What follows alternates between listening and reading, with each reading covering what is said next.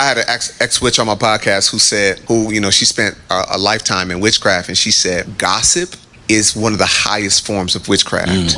Yeah. She said because gossip is used to manipulate a perspective of someone. Yeah. So if I want to stain someone's reputation, I'll talk negatively about them, which in essence manipulates and controls the way I feel about someone. This is why gossip is so dangerous, because you can now be cool with the person that you was talking about, but the person that you just infected and contaminated their reputation with now said, "Nuh-uh, they did that, they said that. Nah, we don't rock with them." Right. And so it's such a dangerous thing. And what's funny now is, ministry-wise, we make ministries out of gossip.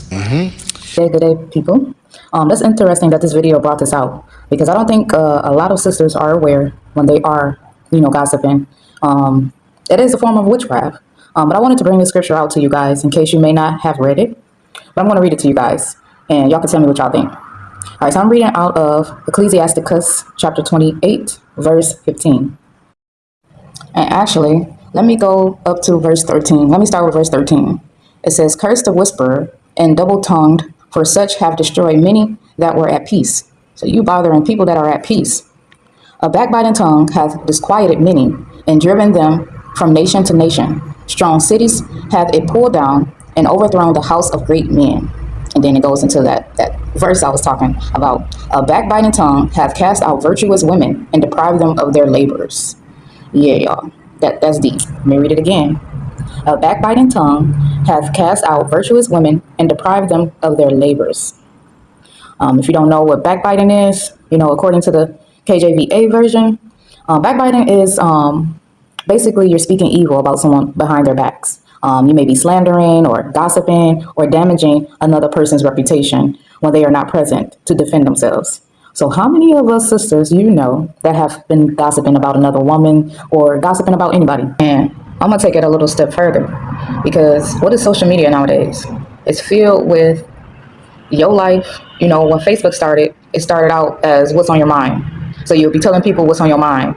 Nowadays, it's filled with content about other people's lives and what they're doing and the choices they make and all of that. So a lot of people, I don't think they look at that as gossiping. But if you're talking about somebody else's life and what they're doing, that is a form of gossiping, especially if you're slandering their names also. So I don't think a lot of people look at it like that. But in a sense, you're gossiping about somebody else's life. I mean, look at, what's the sister name? Wendy Williams. She's the gossip about everybody. She had the scoop on everybody. And I mean, just look at how her life, turned out. And, I'm not saying like I know for sure that that's what that was, but it just makes you think about, what you're doing. You got to be mindful. And, it is so easy to get caught up and, pull it into a conversation where they're gossiping about someone else. But you got to sometimes just stop it right then and there, because you don't want to be, that woman that get cast out of your virtuousness. But yeah, that's all I wanted to bring out to you guys. Y'all continue to like, share, and subscribe. Thank you for the support.